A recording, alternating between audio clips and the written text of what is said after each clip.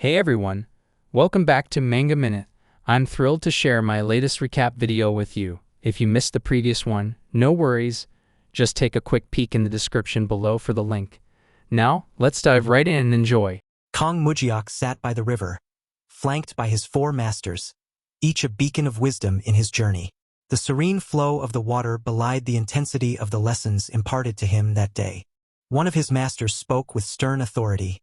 Never show mercy to an enemy. Compassion towards an enemy will only return as a sharp sword aiming at your neck. Another master chimed in, emphasizing the psychological aspect. Not only is becoming stronger essential, but appearing strong is just as important. No matter what, do not lose your cool. The more composed you are, the more anxious your adversary becomes. The third master, Changa, added with a hint of aggression. And no matter who the opponent is, act first and think later. A man should always have guts. If the opponent is scared, that's good. If they aren't, then just beat 'em up. Lastly, the master who had gifted Kong Mujiak the flute, Poga, spoke with a knowing smile. When they lose their minds, they also lose their defenses. If your enemy is powerful, it's best to first get them angry. Ruthlessness and composure, guts and provocation. One day, I realized that a combination of these 4 things is pretty useful when dealing with enemies. Kong Mujiak absorbed their wisdom, realizing the depth of their combined teachings and how they would shape his approach to future conflicts. Confronting Guan and his subordinates, Kong Mujiak taunted, "What will you do? Will you take a hit, or will you back off?" One of Guan's subordinates, enraged, drew his sword. "You little..." However, Guan quickly interjected, "Wait. Did I say you were invincible?" With a stern voice, he added, "This is between me and that kid. Stand aside." Kong Mujiak countered with a smirk. "Haven't you assessed the situation yet? The landlord is kicking you out. Didn't you hear?" Stunned, Guan exclaimed, "Wah! What did you say?" Kong Mujiak continued, his smirk growing wider. "I don't want any trouble with you old folks, so I suggest you get lost while you still can." One of Guan's subordinates, unable to contain his anger any longer, shouted, "You bastard!" as he threw a punch toward Kong Mujiak. Despite the incoming attack, Kong Mujiak, standing calmly, seemed almost bored by the attack. As the punch neared, he moved with incredible speed, effortlessly evading the blow and reappearing behind his attacker. With a calm demeanor, Kong Mujiak remarked, "You shouldn't wave your hand around like that," as he delivered a precise strike to the man's neck. As the man fell to the ground, Kong Mujiak continued, "Don't be dramatic. I barely hit you." Clutching his neck in pain, the man lamented, "Barely? It feels like my throat is tearing. Damn." Seeing his subordinate easily neutralized, Guan contemplated. "He was too fast. I couldn't keep up with his movements. My men are no ordinary guys. He's one of the strongest fighters I know. Yet he was so vulnerable against this bastard. That nonchalant demeanor. He might not have even started showing his real skills yet." Barely managing to stand back on his feet, the man spat out, "I don't know what you're playing at, but from now on, I won't go easy on you." However, Guan quickly intervened. "Stop." Turning his attention towards Kong Mujiak, Guan asked, "Did you really break the Crimson Dragon Sword?" Kong Mujiak replied nonchalantly, "Yes, I broke it with my fist." One of Guan's subordinates shouted, "Nonsense." Kong Mujiak, unfazed, challenged, "Want to find out whether it's nonsense or not?" With a stern expression, he continued, "I'll say it one last time. I broke that sword. Don't waste your life for nothing." Realizing the gravity of the situation, Guan sighed and conceded, "So it's true. I understand. I'll trust your words and leave for now. Don't misunderstand why I came here today, and don't hold any grudges. Let's meet again soon." Kong Mujiak, his confidence unwavering, remarked, "A wise decision." On the other hand, Song Gayan responded with a disgusted expression, "I hope we don't have to meet again." Leaving the Song family behind, Guan issued his orders, "Double the number of our lookouts." Accepting the command, the subordinates affirmed, "Yes, sir." "Do you truly believe that the sword is broken?" Responding thoughtfully, Guan remarked, "I'm not sure. At first, I thought Choi Young failed his mission and lied to avoid the situation. But watching him, I started to believe it could be true."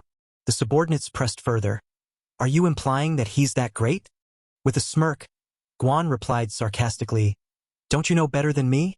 Mapping out his next move, Guan continued, Let's keep an eye on the situation for now. If the sword really is broken, there's no need for us to hastily make any rash moves. Under Kong Mujiak's intense gaze, Song Gayan couldn't help but feel a rush of embarrassment. She demanded to know why he was staring at her so intensely. Kong Mujiak's response was unexpectedly straightforward that he found her pretty. Caught off guard by his directness, Song Gayan blushed shyly and quickly changed the subject. Anyway, how strong are you? Taken aback by her sudden shift in topic, Kong Mujiak paused briefly before responding, How strong am I? Readied in his battle stance, the old man Chang'e exclaimed fiercely, Poga, do you really want your head to be crushed by my golden demon gong today? Undeterred, Poga retorted with equal intensity. With that slow punch of yours, can you even properly hit my head? Before that happens, I'll detach your slow-as-a-turtle arm from your body with my quick sword technique. Chang'e chuckled disdainfully. It seems like you've forgotten. If I give my all, this whole mountain will collapse. Will you even have the chance to display your poor skills? Enraged by Chang'e's challenge, Poga countered defiantly. Chang'e, you're the one who forgot. This body's quick sword technique is faster than the wind.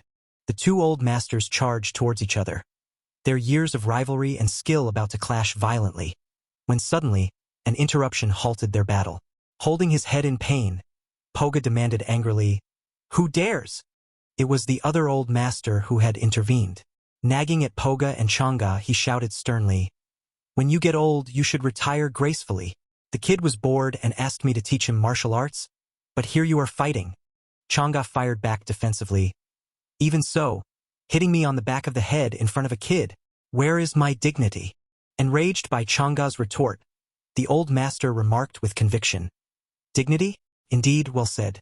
Today, I'll teach you a lesson about dignity. Pleading for mercy and realizing the gravity of the situation, Chang'e responded hastily, No, that's not what I meant. That day, I realized the truth. The old men who claimed to be able to shatter rocks with one finger and collapse mountains with a gesture were all full of hot air. They were nothing compared to my martial arts master. Taken aback by Song Gayan's persistence, Kong Mujiak replied with a thoughtful expression, Quite a lot? Not satisfied with his vague response, Song Gayan pressed further. So, how much strong? Unable to provide a straightforward answer, Kong Mujiak pondered deeply, his thoughts swirling. I wonder, how strong am I? His uncertainty mirrored a deeper introspection, perhaps questioning not just his physical strength but also his place and capability in the unfolding events around him. Hesitatingly, Kong Mujiak remarked, Honestly, I don't even know how strong I am. He scratched his head in mild confusion. Song Gayan, not buying his uncertain response, retorted, What kind of nonsense is that? If you don't want to answer, just say so. Trying to clarify, Kong Mujiak added, It's true. I've spent the last 15 years in the mountains. I only practiced martial arts, so this is my first time actually fighting in the real world. Surprised by his revelation, Song Gayan asked, So you're saying you've been training in martial arts and have just stepped into the world? Kong Mujiak nodded, confirming, I stepped out just 4 days ago. His admission reflected both his inexperience with the outside world and the sudden transition from isolated training to real-world challenges. Hearing the story, Song Gayan pondered inwardly. If what he says is true, he may be more skilled than we expected. She quickly sent a telepathic message to Jaiwal, who was standing next to her, asking, What do you think? Responding to Song Gayan's inquiry, Jaiwal remarked, It's hard for me to measure as well. All I can be certain of is that he's far more skilled than me. Suddenly, Kong Mujiak interjected, But try not to use telepathy in my presence. Startled by his comment, Song Gayan questioned, What do you mean? Kong Mujiak calmly explained, My hearing is quite sharp. I can hear everything. Taken aback by this revelation, Song Gayan exclaimed, You can hear telepathy? Where did you get that bluff from? Cutting off any further discussion, Kong Mujiak firmly stated, Enough. Let's get to the point. Telling her story, Song Gayan revealed, Our clan once boasted over 2,000 warriors. But in the past 3 months, our numbers have dwindled by half each month, and now there are less than 300 of us left. There's no hope for us to rise again. The reason we've held on this long is the hope that my father, the clan leader, would return someday.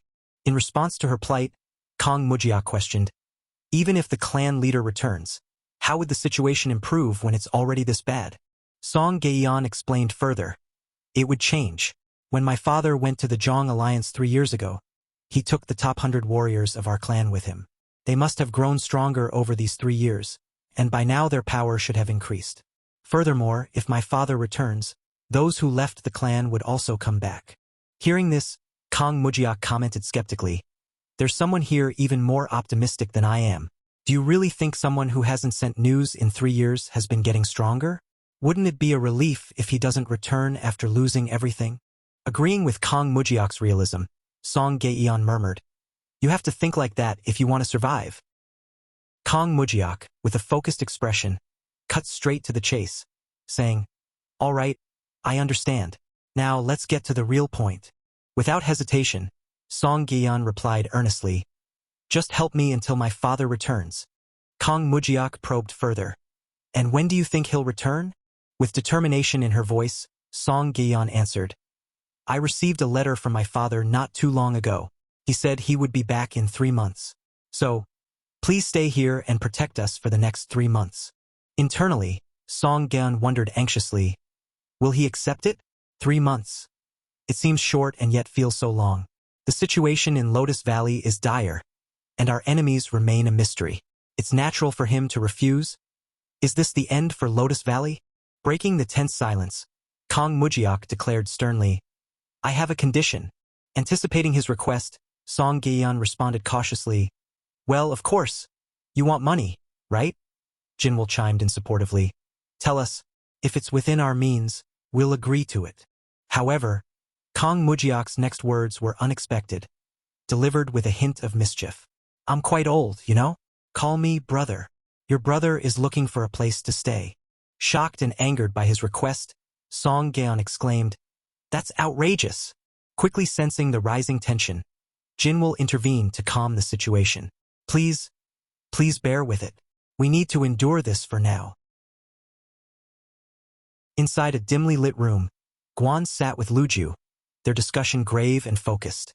Guan began with a direct inquiry, his voice serious. Is it true that the sword is broken? Luju responded firmly, yes, it is. Guan pressed on, seeking reassurance. Can you be sure? Confirming with certainty, Luju replied, there's more than 1 or 2 who have witnessed it directly. I have personally checked and double-checked with my men. Guan contemplated the implications. There is no chance it could be their plot, right? I heard that Il Wungeometry himself visited the place. He quietly returned after taking 2 of his men with him. It seems like the sword really is broken. Considering their next move, Luju inquired, what will you do now? Guan's resolve was clear. Of course, I have to bring back the sword. Listen, Luju. Before I came here, the heavens gave me 2 commands. One was easily solved, but the other hasn't yet been successful. Perplexed by Guan's intentions, Luju questioned further, why would you need the broken sword? Guan's expression hardened, his determination unwavering. And now you're telling me to go back empty-handed? Recognizing her oversight, Luju apologized sincerely. I'm sorry. I didn't think that through. Calculating his next move, Guan's voice was focused as he inquired, how many troops can be mobilized by tonight? Luju, his trusted aide, responded promptly. Up to 21 peak masters, 100 people. 9 top-notch masters. The rest are at about first-class level.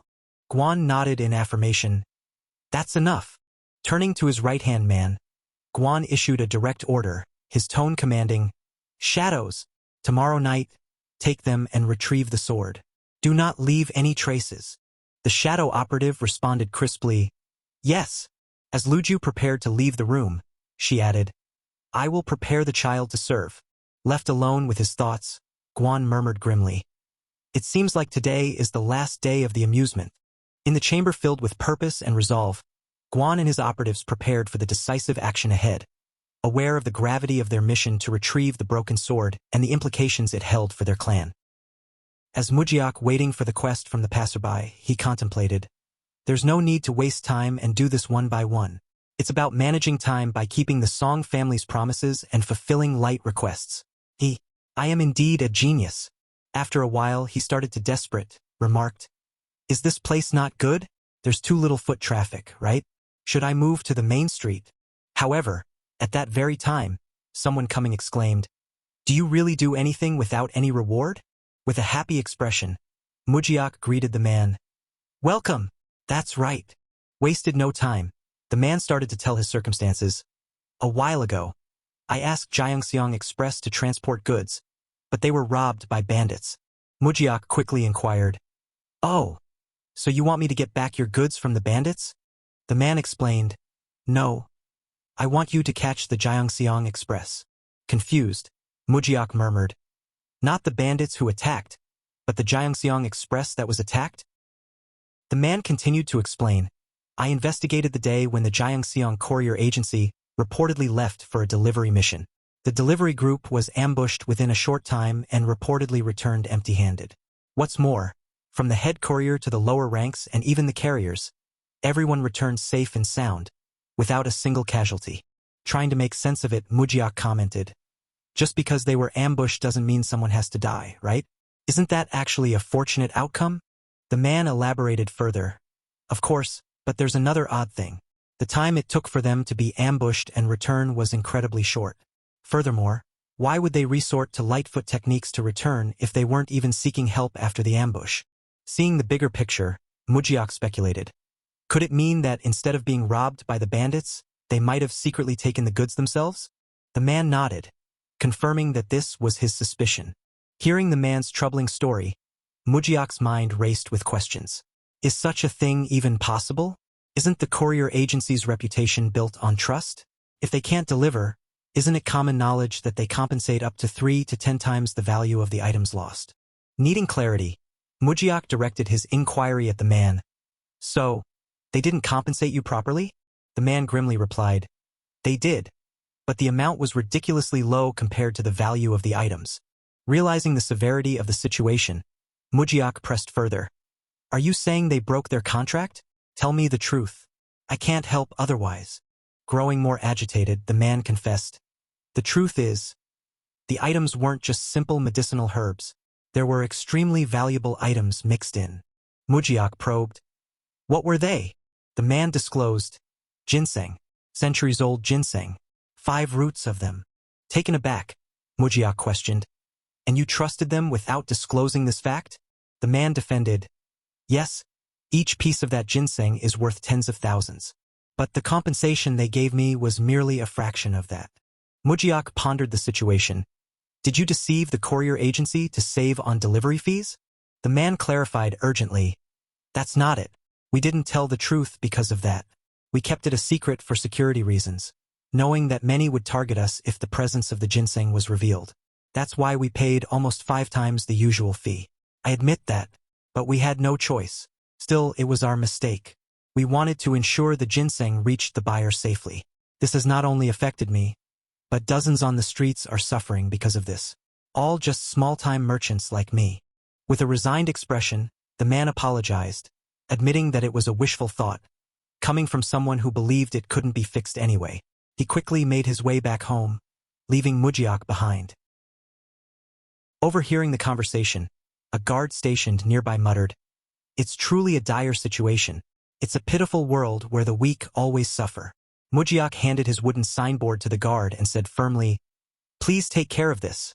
Surprised, the guard exclaimed, "Are you planning to confront the Jiangxiang Courier Agency? They're as influential as some of the prominent sects in this city. Even if what you say is true, they won't simply hand over the ginseng." Mujiak replied calmly, "Let's wait and see. Don't let anyone suspicious inside while I'm gone." Growing irritated, the guard retorted, "I am the guardian of the Song family, not your lackey." As Mujiak hurriedly chased after the man, he muttered under his breath, "Seems you're lucky today." Inside the Jiangxiang Courier Agency, the man dressed in blue cloth voiced his concern. "Those foolish merchants keep scouting our premises. Maybe we should deal with a few to scare the rest off." His friend, more cautious, replied, "No need to rush. It might cause unnecessary complications." The man persisted. Still, their prying eyes are unsettling. If our leader finds out. His friend reassured him. That won't happen. I've been keeping our leader in the dark. And no hurry. Let's wait for the rumors to die down. The man nodded. Good to know. We should sell the ginseng soon for peace of mind. His friend imagined their future profits, saying, Of course, we'll wait till the rumors die down. Each root can fetch a handsome price. Just think about the sum. They both chuckled in agreement, the man adding, Indeed, our plan was brilliant. Ha ha ha. Suddenly, the door burst open, and Kong Mujiak barged into the room, his presence commanding attention. He interrupted their mirthful conversation with a pointed remark. Are you two friends? Why are two grown men giggling so closely in such a confined space? Is there some romance here? Startled, the first man demanded, Who are you? But his friend quickly silenced him and turned his attention to Mujiak, recognizing a threat in his words. Among the rats the merchants hired, it seems we found one worth using. Did you hear our entire conversation? With a mocking tone, Mujiak responded, 8,000 taels for one root? That's a lot of money. Enough to live luxuriously for the rest of your life. However, are you aware that because you guys pocketed that money, dozens of people could suffer terribly or even die? The first man, showing defiance, retorted, That's not my concern. Judging by the absence of commotion outside, I could kill you here, and it wouldn't matter. It seems no one knows you're here yet. Maintaining his calm demeanor, Mujiak nodded thoughtfully. Without warning, he swiftly launched into action, neutralizing both men with efficiency. I don't like people who try to play God in their lives, Mujiak remarked calmly after subduing them. Growling in pain, the man lamented. He definitely moved, but it was too fast for the eye to follow. This guy is no ordinary expert. Struggling to maintain his composure, the man threatened. You fool! This is the Jiangxiang Express. Do you think you'll get out of this unscathed? Contrary to their expectations, Mujiak countered. Wouldn't it be worse for you guys if there's a commotion? If people gather, they'll find out that you stole the goods, and eventually the head of the agency will know as well. Well, if the head finds out, you guys will be beheaded before I even lift a finger, right? Trembling, the man stammered. What are you talking about? Confident in his upper hand in the situation, Mujiak exclaimed. Ah, now we have a setting for negotiations. How about it? Shall I state my conditions first? Kneeling before Mujiak, the man inquired with a hint of reluctance. What do you want? Maintaining his calm demeanor, Mujiak replied firmly. Honestly, you haven't committed a crime deserving of death. I simply seek compensation for the theft. The man remarked. What are you talking about? Mujiak clarified. Yes, pay your penalty in gold. The man's expression brightened, assuming Kong Mujiak was merely after money and labeling him a gold digger. His companion chimed in with a mocking laugh. Should have said that from the start. Ha ha ha ha. Expecting to hear the amount, the man asked, So, how much is it? Mujiak simply responded, 1,000 taels.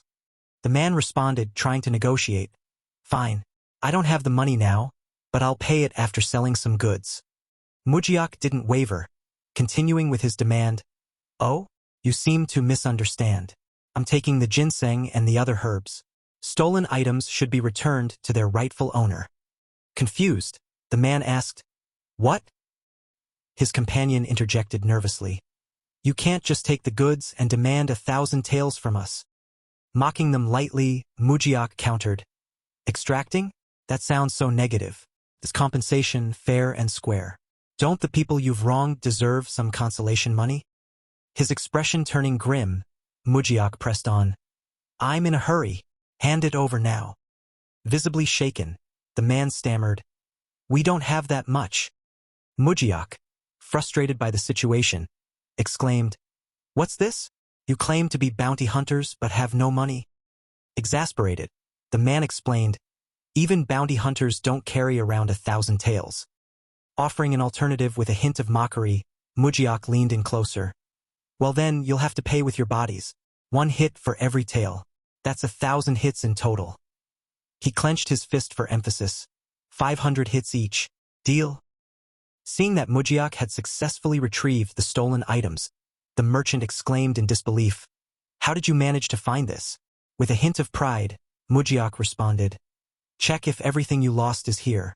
Obviously, I reclaimed it from the thieves. Didn't I?" The guard interjected. "Was it the Jiangxiang Express who did it?" Addressing the guard, Mujiak clarified, "Not the entire Jiangxiang Express, just 2 rogue agents from there." Handing a small pouch to the merchant, Mujiak continued, "Make sure everything's accounted for and take this as well. It's compensation for the losses you endured because of those thugs. But I could only shake them down for 940 taels, even after a good scare." "Haha." Politely refusing, the merchant remarked, "Just recovering the goods is more than enough. Consider that money a token of our gratitude to you, Grandmaster." Insisting gently, Mujiak replied, "It's our agency's principle to fulfill requests without expecting anything in return. Please accept it." Bowing deeply in gratitude, the man exclaimed, "Thank you so much. I'll never forget this kindness." Watching the merchant depart, Mujiak muttered to himself, "A few coins wouldn't have made a difference. Darn, I need to finish the 10 virtuous deeds quickly." Recalling advice from one of his masters, Mujiak contemplated, "The most vulnerable time is at dawn when everyone's asleep. No matter how strong you are, if you let your guard down even for a moment, a gap appears, leading you into an irreversible situation. So always keep your senses alert, even when asleep." Sensing the approaching presences, Mujiak pondered, "There's not just 1 or 2. There are easily 200. Never thought my skill of deep sleep would come in handy like this. Seems I've had my full sleep for the day." Standing before the chief, Yang remarked firmly, "Your mission is to recover the sword. No matter what happens, get the sword at all costs." Hearing this, the chief retorted with a hint of defiance, "We're here on Lu Ju's command. But I don't like your tone." Undeterred, Yang asserted with stern authority, "You're mistaken. This isn't a request. It's an order." The chief insisted, maintaining his position, "We only follow Lu Ju's orders." With a steely gaze, Yang clarified, "The one giving orders to Lu Ju is our grandmaster. You know what I mean, right?" Understanding the hierarchy and the implications, the chief quickly acquiesced, "Understood." He then turned to his subordinates and began to issue orders. "So, from now on," before he could finish, Yang interrupted sharply, "Wait. Did someone join late? See that guy coming? Isn't he one of yours?" Taken aback, the chief responded with a sense of alarm. "What are you talking about? He's not in uniform, not masked. Plus, he's not one of us." Confronting the stranger, the chief exclaimed firmly, "You're lost. Go another way." Ignoring the chief's words, Yang ordered coldly, "Kill him." Hesitating, the chief protested, "He's just an innocent passerby." With a grim expression, Yang warned sharply, "I won't repeat myself. Kill him." Interrupting their tense exchange, the stranger interjected calmly, "Aiming for the sword?" Startled, the chief stammered, "How?" "He's not close enough to hear our conversation." Yang, recognizing the situation, asked sharply, "A warrior from the Song family?" Unfazed, the stranger, who was actually Mujiak in disguise, replied casually, "Just genuinely curious here. Why go through so much trouble for a broken sword?" With a threatening undertone, Yang cautioned, "Curiosity killed the cat." With a mocking smirk, Mujiak retorted, "Oh my, these legs are wobbly. Can't even walk straight." "Huh? Hee." Observing Mujiak closely, the chief pondered to himself, "That guy, he seems alone. What's he basing his confidence on?" Standing confidently across from the group, Mujiak taunted, "A bunch of mediocrities shouldn't be too hard, right?" Enraged by Mujiak's arrogance, Yang scoffed, "Ha! Don't tell me you alone plan to face us?" He turned to the chief and ordered firmly, "Take him down first. That's an order." Glaring at Mujiak, the chief declared, "You brought this upon yourself. It's the 3 strikes blade. After 3 strikes, the opponent dies." Without waiting for further commands, one of the warriors leaped into the air, aiming a swift attack at Mujiak. Standing calmly in front of the incoming attack, Mujiak exuded a composed demeanor. Confident in an easy victory, the chief pondered, "No one has ever withstood Pasiok's unique sword skill. There wasn't even a chance to counter." However, contrary to the chief's prediction, Mujiak effortlessly defeated his subordinates. In disbelief, the other warriors exclaimed, "What just happened?" Another warrior chimed in, "Did you see? I didn't catch anything." After neutralizing the threat, Mujiak murmured to himself, "Whoa, not as bad as I thought. Huh? I knew I was stronger than I gave myself credit for. Hee hee hee hee." Enraged by the scene before him, the chief shouted, "What are you all doing? Just standing and watching?" Instantly, the warriors drew their swords and launched themselves at Mujiak. Despite being outnumbered, Mujiak remained calm and swiftly dealt with each attacker, defeating them one after another. Even after dozens of their comrades fell, the remaining warriors showed no signs of hesitation as they continued their relentless assault on Mujiak. Witnessing Mujiak's incredible battle prowess, the chief couldn't contain his disbelief. He saw his subordinates being defeated single-handedly and decided it was time to intervene. Swinging his sword toward Mujiak, the chief shouted, "Stop! Everyone halt! No matter how monstrous he is, he can't block bare-handed." The clash between Mujiak and the chief created a massive impact, sending the chief staggering back from the force of their confrontation. As he regained his composure, the chief was startled, gasping in disbelief. "How can this?" He looked down at his shattered sword, stunned by its condition. Meanwhile, Mujiak pondered to himself, "What's this? Are all the swords martial artists use this week? Are they all so fragile? How do they break in one hit?" Observing the unfolding fight from the sideline, Eumyang was taken aback. He recalled his earlier conversation with his superior, realizing the gravity of the situation. Wait a moment, that person is? If he's so skilled that even the venerable founder couldn't notice, how great a master must he be? If what you say is true, you're suggesting he's on par with the supreme deity. Realizing the formidable opponent before him, Eumyang muttered to himself, "Something I thought could never happen." He prepared to make his escape, murmuring, "I need to get out of here first." However, Mujiak suddenly appeared out of nowhere, blocking Eumyang's escape route. With lightning speed, Mujiak swiftly swung his fist toward Eumyang's face, sending him flying backward. Despite the impact, Eumyang quickly regained his footing and retaliated with a swift counterattack using his sword. As Eumyang attacked furiously, Mujiak exclaimed, "Huh? That must have hurt a lot." Yet he stood right back up, effortlessly blocking Eumyang's attacks. Mujiak lamented, "Slow, so slow. Well, I'll give him credit for his resilience." Hearing Mujiak's words, Eumyang grew even more enraged. He charged toward Mujiak, cursing, "You! I'll surely gouge out your eyes, skin you alive, and make you beg for your life." However, despite his threats, Eumyang found himself easily overwhelmed by Mujiak's swift and powerful strikes.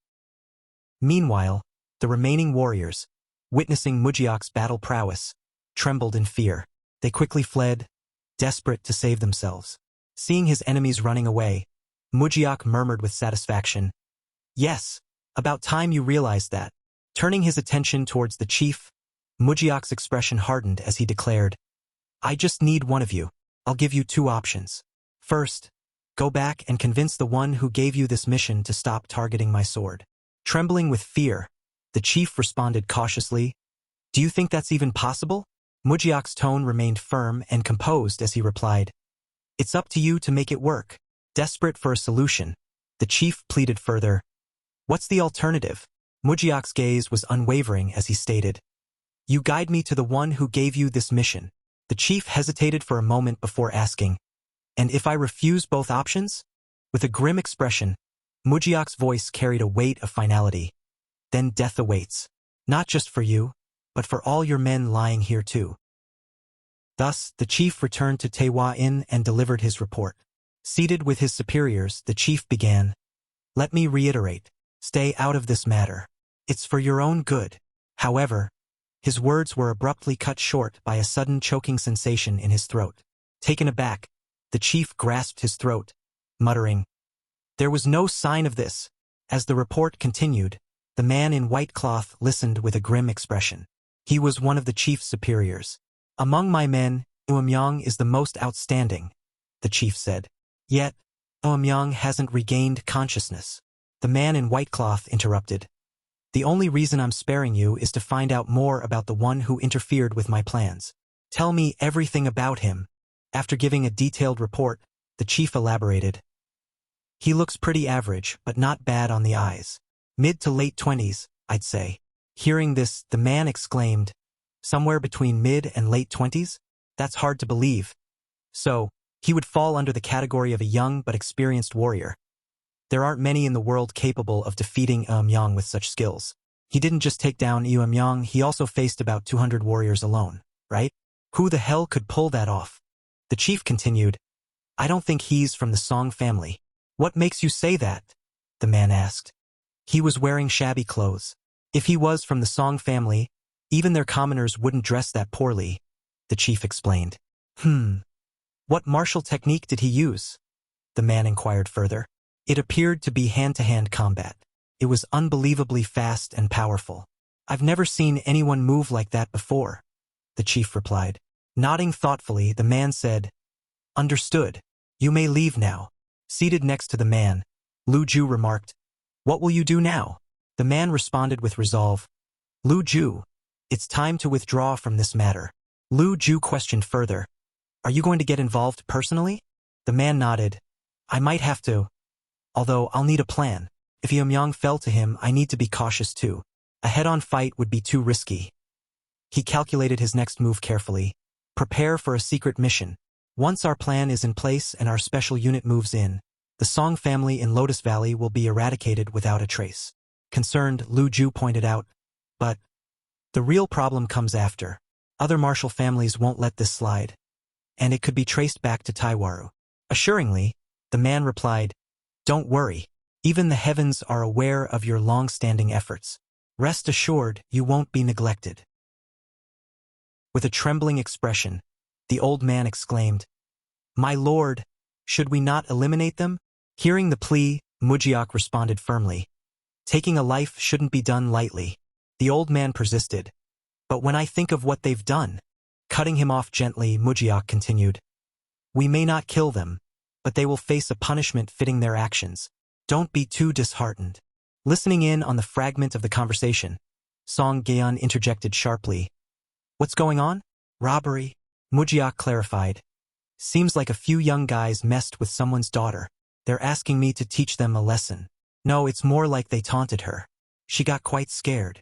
Hearing this, Song Gayan's anger flared. Scum like that should be eradicated.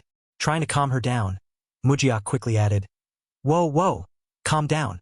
They're just kids. Hoping to mitigate Song Gayan's rage, Song Gayan insisted. Kids or not, they should be dealt with decisively. Assuring her, Mujiak exclaimed. Don't worry, I'll make sure they won't even think of doing it again.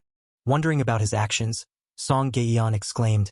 But why are you doing this? Especially if you're not getting paid. Mujiak replied sincerely. It's a request from my master. I met my master when I was 13. He wanted me to fulfill 10 tasks, and that middle-aged man was the last one on the list. He might have been a bit boastful and liked to tease me, but I owe him a lot. The last thing he asked me before I left the mountains was to carry this out. That's what I'm doing. Hearing Mujiak's explanation, Song Gayan responded thoughtfully. Ah, is that so? I see. So, when will this be over? Teasingly, Mujiak replied with a mock expression. Why? Are you gonna miss me? Startled, Song Gayan retorted. Who said that? I just think it's a good cause and it's ending too soon. There are many people who are still suffering, who can't speak up. Assuring her, Mujiak responded warmly. So you do feel a bit wistful, don't you? Even after I complete the 10 deeds, I'll stick around for another 3 months as we agreed, so don't fret. With an awkward expression, Song Gayan replied. Once my father returns, I won't need your help anymore. As Song Gayan and Mujiak were engrossed in conversation, they were startled by the approach of a man. Looking in the direction of the approaching figure, Song Gayan exclaimed, Who's that? Recognizing the man, Jinwoo couldn't believe his eyes. Wait, aren't you Chong-sun? Dragging a wooden coffin on his back, Chong-sun finally reached the Song family residence. Feeling relieved yet exhausted, he fell to his knees after the long and restless journey. Panic-stricken, Song Gayan urgently asked, Father, where is father? Struggling to summon the last of his strength, Chong-sun managed to utter, My lord, He's lost his strength, before coughing up blood and collapsing to the ground. Witnessing this, Jinwoo called out, "Hey, Chong-sun, get a grip." In a state of panic, Song Gayan cried out, "What's going on? Could it be?" As she hurried towards the wooden coffin that Chong-sun had dragged along with him. Attempting to prevent her, Jinwoo shouted, "Miss, step back. I'll." Ignoring Jinwoo's warning, Song Gayan opened the coffin. She opened it, only to be met with a heartbreaking sight. A familiar figure is lying inside. Her cry echoed through the air as she realized the identity of the figure lying inside. "Father!" she exclaimed, her voice filled with shock and despair. My father, Song Tae-suk, the head of the Song family in Hagak, was a man held in high esteem and reverence there. He was always a proponent of peace, prioritizing justice, cooperation, and integrity over brute force. He never held grudges against anyone, nor did he ever turn away anyone who came seeking his aid. It's been 3 years, but I can still clearly remember the warm smile he wore as he told me he'd be back soon. And now, he's become nothing but a lifeless body. Howling in anguish at her fate, Song Gayan shouted, "Father!"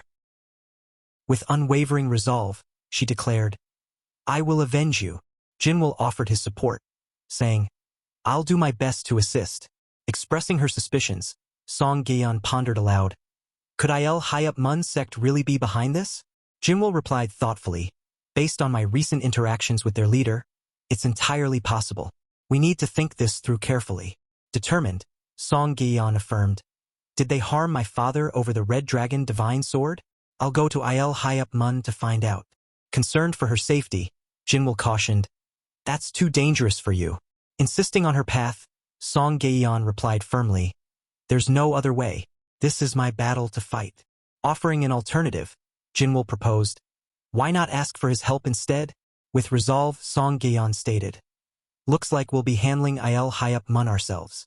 It's a risky path." "I'm sorry." Jinwoo reassured her, "It's not like that. I'm just concerned about your well-being." Suddenly, Mujiak barged into the room, interjecting, "Don't you think it's a reckless move?" Startled, Song Gayan demanded, "Wait, were you eavesdropping?" Mujiak replied calmly, "I just happened to overhear, that's all." With determination, Song Gayan retorted, "Well, reckless or not, I have no other choice. My father's gone, and I can't just sit here and do nothing. I'm not saying you should come with me," she continued resolutely. "Just do me one favor, keep an eye on our family and the sword while I'm away." Assuring her, Mujiak responded, "Don't worry, I already promised to look after them for the next 3 months. Didn't I? When are you planning to leave?" Song Gayan answered, "As soon as I'm prepared, as quickly as possible. Thanks for everything you've done so far." In the secluded depths of the woods, Mujiak honed his martial arts skills, his energy bursting forth in a display of power that sent ripples through the air.